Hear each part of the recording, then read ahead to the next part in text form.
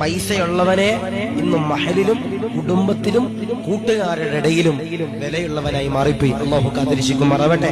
അങ്ങനല്ല, ചില ആളുകളൊക്കെ വന്നിട്ട് സങ്കടങ്ങൾ പറയാറുണ്ട്. എന്നോട് തന്നെ എത്രയോ പേര് വന്ന് സങ്കടം പറഞ്ഞിട്ടുണ്ട്. ഉസ്താദേ, കുടുംബത്തിലെ വിലയിൽ ഉസ്താദേ, പൈസയുള്ളപ്പോ എല്ലാവരും കൂടെ ഉണ്ടായിരുന്നു ഉസ്താദേ, പൈസയുള്ളപ്പോ ജ്യേഷ്ഠന്മാരും സഹോദരിമാരും മരുമക്കളും എല്ലാവരും ഉണ്ടായിരുന്നു ഉസ്താദേ, പൈസ ഇല്ലാതെ വന്നപ്പോ ആരുമില്ലായിരുന്നു പറയുന്ന എത്രയോ പാവങ്ങളുണ്ട്. ഞാൻ നിങ്ങളോട് പറയാ, ആരുമില്ലാത്ത ഖബറിൽ, കൂരാക്കൂരിട്ടാകുന്ന ഖബറിൽ നമ്മളെ ഒറ്റയ്ക്ക് കിടക്കേണ്ടവരാ.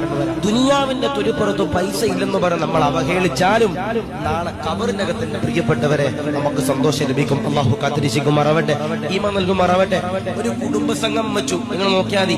ഒരു ഞാൻ ഫിത്തിന ഉണ്ടാക്കണല്ല, ഒരു കുടുംബസംഗമം വെച്ചു. കുടുംബസംഗമം വെക്കുമ്പോ നിങ്ങൾ നോക്കിയാൽ മതി, അതില് പൈസ ഉള്ളവർ വരുമ്പോ അവരെ ഭയങ്കര കാര്യമായിരിക്കും. ആ കുടുംബത്തിൽ പൈസ ഇല്ലാത്തൊരു പാവപ്പെട്ടം വരുമ്പോ അവരൊരു സ്ഥാനവും കൊടുക്കാറില്ല. അള്ളാഹു കാത്തിരിക്കുമാറാവട്ടെ. എന്നിട്ട് അതിന്റെ ഇടയിൽ വെച്ച് അവരെ കുറ്റപ്പെടുക. സ്വന്തമായിട്ട് വീടില്ല, സ്വന്തമായിട്ട് 5 സെന്റ് സ്ഥലമില്ല, സ്വന്തമായിട്ട് 1 സെന്റ് ഭൂമിയില്ല. അവൻ നമ്മുടെ കുടുംബത്തിന്റെ ഇടയിലേക്ക് വരുമ്പോ അവൻ ഇങ്ങനെ കുറ്റപ്പെടുത്താ, നിനക്ക് വീടില്ലല്ലോ, നിനക്ക് ഭൂമിയില്ലല്ലോ.